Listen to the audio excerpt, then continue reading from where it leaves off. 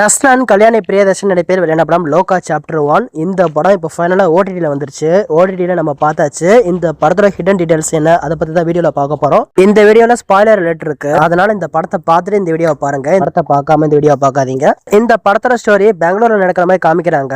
ஆரம்பத்தில் இந்த படத்தோட ஹீரோயினான கல்யாணி பிரியதர்ஷன், அதாவது சந்திரா, இவங்க ஸ்வீடன்ல இருந்து பெங்களூர் வர மாதிரியும் பெங்களூர்ல தான் இந்த படத்தோட கதை மூவ் ஆகுது. லோகா சாப்டர் 1 படத்துல என்னதான் வில்லன் சாண்டியா இருந்தாலும் லோகா யூனிவர்ஸ்ல யார் வில்லன் அப்படிங்கறது இந்த படம் மூலமா இவங்க எங்கேயுமே ரிவீல் பண்ணல.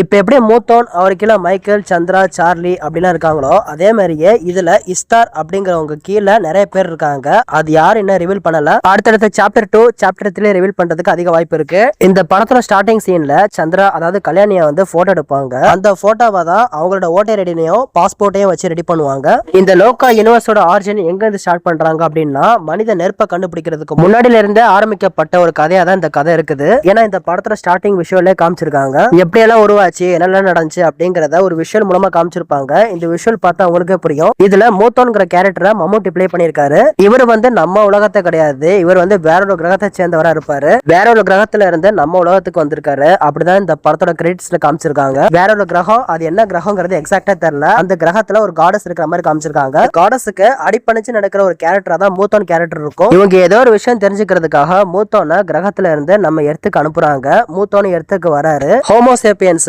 மூத்தோன்ட்ட இருந்து நிறைய விஷயத்த கத்துக்கிற மாதிரி காமிச்சிருக்காங்க. ஏன்னா மூத்தோனை வந்து நெருப்பை கண்டுபிடிக்கிற மாதிரி ஒரு ஷாட்ல காமிச்சிருப்பாங்க. மூத்தோன் தான் இந்த உலகத்துக்கு ஒரு கடவுள் மாதிரி காமிச்சிருக்காங்க. ஒரு வேலையை முடிக்கிறதுக்காக மூத்தோன் அனுப்பியிருக்காங்க கிரகத்துல இருந்து நம்ம உலகத்துக்கு. மூத்தோன் அவரே அந்த வேலையை செய்யல அப்படின்னா, அவர் அந்த வேலையை செஞ்சாருன்னா இந்த உலகத்துக்கு ஏதாச்சும் பிரச்சனை வருமோ, ஏதாச்சும் ஆபத்து வருமோ அப்படின்னு அவருக்கு முன்னாடியே தெரிஞ்சிருக்கலாம். அதனாலதான் மூத்தோனு இந்த வேலையை செய்யாம இவரே போயிட்டாரு. இந்த படத்துல மைக்கேல நடிச்சிருக்காரு டோவினோ தாமஸ். இவர் வந்து ஒரு டைலாக் பேசுற மாதிரி இருக்கும், எனக்கு வந்து 389 பிரதர்ஸ் இருக்காங்க அப்படின்னு சொல்லிட்டு. அதே மாதிரி இந்த கிரெடிட்ஸ்ல பாத்தீங்கன்னா சின்ன பசங்க நிறைய பேர் ஒரே காஸ்டியூம் போட்டிருப்பாங்க. இதை வச்சு பார்க்கும்போது அந்த 389 பிரதர்ஸ் தான் இவங்க அப்படிங்கிறது நமக்கு கிட்டத்தட்ட நல்லாவே தெரியுது. டோவினோ தாமஸ் எப்படி உள்ள வந்தாரு, துல்கர் சல்மான் எப்படி உள்ள வந்தாங்க, இவங்களோட பர்பஸ் என்ன, இவங்களோட அடுத்த வேலை என்ன அப்படிங்கறது அடுத்தடுத்த யூனிவர்ஸ்ல காமிப்பாங்க. மைக்கேல், சார்லி இவங்க ரெண்டு பேரை காமிச்சிருப்பாங்க. இதுல மைக்கேல்ங்கிறது டோவினோ தாமஸ், சார்லிங்கிறது துல்கர் சல்மான். மைக்கேல் சார்லியை பத்தி கேக்குறாரு, நீ தானே ஹிட்லரை கொலை பண்ண அப்படின்னு புக்ல போட்டிருக்கு. They live among us அந்த புக்ல எழுதி இருக்குது. அதுக்கு இவரு நான் கொலை பண்ணன்னு சொல்லிருக்கணும். இதை வச்சு பார்க்கும்போது இவர் தான் கொலை பண்ணிருக்காருங்கிறது நல்லாவே தெரியுது. சன்னியோட ஃப்ரெண்ட் வேணும், இவங்க வந்து டாக்டருக்கு படிக்க வச்சிருப்பாங்க.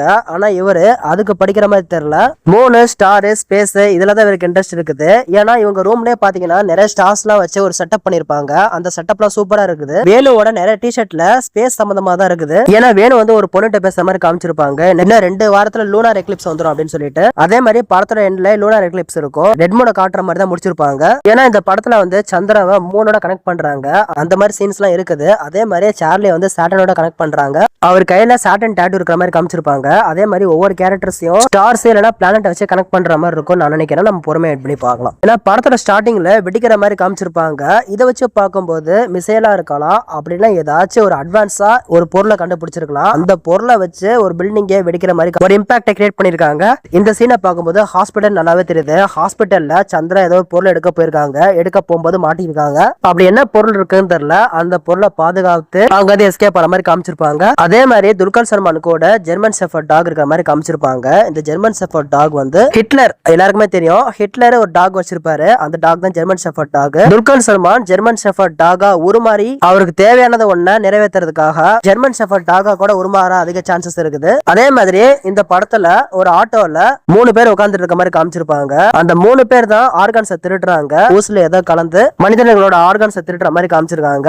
அதுல ஒரு ஷாட் பாத்தீங்கன்னா ஒருத்தர் சந்திராவை ஊசியை வச்சு குத்தி ஆர்கான்ஸை திருடுற மாதிரி அவர் ட்ரை பண்ணிருக்காரு. கடைசியா பார்த்தா நடக்கல. அது சந்திரா தடுத்து நிறுத்திட்டாங்க. அதே மாதிரி ஆட்டோவை காமிச்சிருப்பாங்க. அந்த ஆட்டோல கூட KA அப்படின்னு சொல்லிட்டு ரெஜிஸ்ட்ரேஷன் நம்பர் போட்டிருக்கு. KAங்கிறது கர்நாடகா. இந்த படத்தோட ஸ்டோரி கர்நாடகால மூவ் ஆகுதுங்கிறது நல்லாவே தெரியுது. சந்திரா ஒரு டைலாக் பேசிருப்பாங்க, என்னால 20 வருஷத்துக்கு மேல இருக்க முடியாது, அதனாலதான் நான் கண்ட்ரியா மூவ் ஆயிட்டு இருக்கேன் அப்படின்னு சொல்ற மாதிரி அந்த டைலாக் இருக்குது. அப்ப இதை வச்சு பார்க்கும்போது 20 வருஷத்துக்கு முன்னாடி ஸ்வீடன்ல இருந்திருக்கணும். ஸ்வீடன்ல இருந்து தான் 20 வருஷம் கழிச்சு பெங்களூருக்கு வந்திருக்கணும். கலியங்காட்டி நீலின்னு சொல்லிட்டு ஒரு சின்ன பொண்ணை காமிச்சிருப்பாங்க. அந்த பிளாஷ்பேக் போர்ஷன் வேற லெவல்ல இருந்துச்சு. அந்த பிளாஷ்பேக் போர்ஷன் நமக்கு எங்கேயுமே போர் அடிக்க வைக்கல. அந்த சீன்ஸ் ஒவ்வொரு விஷுவல்ஸும் சூப்பரா காமிச்சிருப்பாங்க. எனக்கு சாவே கிடையாது அப்படின்னு சொல்லிட்டு சந்திரா பேசுற மாதிரி டைலாக் இருக்கும். இதை வச்சு பார்க்கும்போது இவங்களுக்கு எவ்வளவு வயசு இருக்குங்கிறது தெரியல. ஒரு சீன்ல கல்யாணி சாண்டியை கடிச்சிருவாங்க. கடிக்கும் போது கல்யாணிக்கு என்ன பவர் இருக்கோ அதே பவர் சாண்டிக்கு வந்துடும். கல்யாணிக்குள்ள இருக்கிறது ஒரு மாதிரியான வைரஸா. அந்த வைரஸ் சாண்டி உடம்புல போயிடும். சாண்டி உடம்புல போனதும் சாண்டி மாறுற சீன்ஸ் எல்லாம் செமையா இருந்துச்சு. பார்ட் 2க்கு லீடு கொடுத்திருந்தாங்க. அந்த லீடு கொடுத்தவதான் செமையா இருந்துச்சு. இந்த பார்ட் 2ல நஸ்லன் அவ்வளவு வரமாட்டாரு. பார்ட் 2ல துல்கர் சல்மான், டோவினோ தாமஸ், கல்யாணி மேபி வரதுக்கு அதிக சான்சஸ் இருக்கு. மேபி துல்கர் சல்மான், டோவினோ தாமஸ் இவங்க 2 பேரும் தான் அதிகமா வர வாய்ப்பு இருக்கு பார்ட் 2ல. அதுவும் பார்ட் 1லயே நமக்கு சில கன்ஃபியூஷன்ஸ் எல்லாம் இருக்கு. இந்த கன்ஃபியூஷன்ஸ் எல்லாமே பார்ட் 2ல தெரிய வரும். அது என்ன மாதிரியான கன்ஃபியூஷன்ங்கிறது படத்தை பார்த்தவங்களுக்கு புரியும் அப்படின்னு சொல்லிட்டு இந்த வீடியோ நான் முடிச்சுக்கிறேன். யார் யாரெல்லாம் இந்த படத்தை பார்த்துருக்கீங்க, யார் யாருக்கெல்லாம் இந்த படம் பிடிச்சிருக்கு, இதை பத்தி உங்களோட ஒப்பீனியன் மறக்காம கமெண்ட்ல சொல்லுங்க. ஹைப் இருக்கும், கொஞ்சம் முடிஞ்ச அளவுக்கு ஹைப் பண்ணி சப்போர்ட் பண்ணுங்க.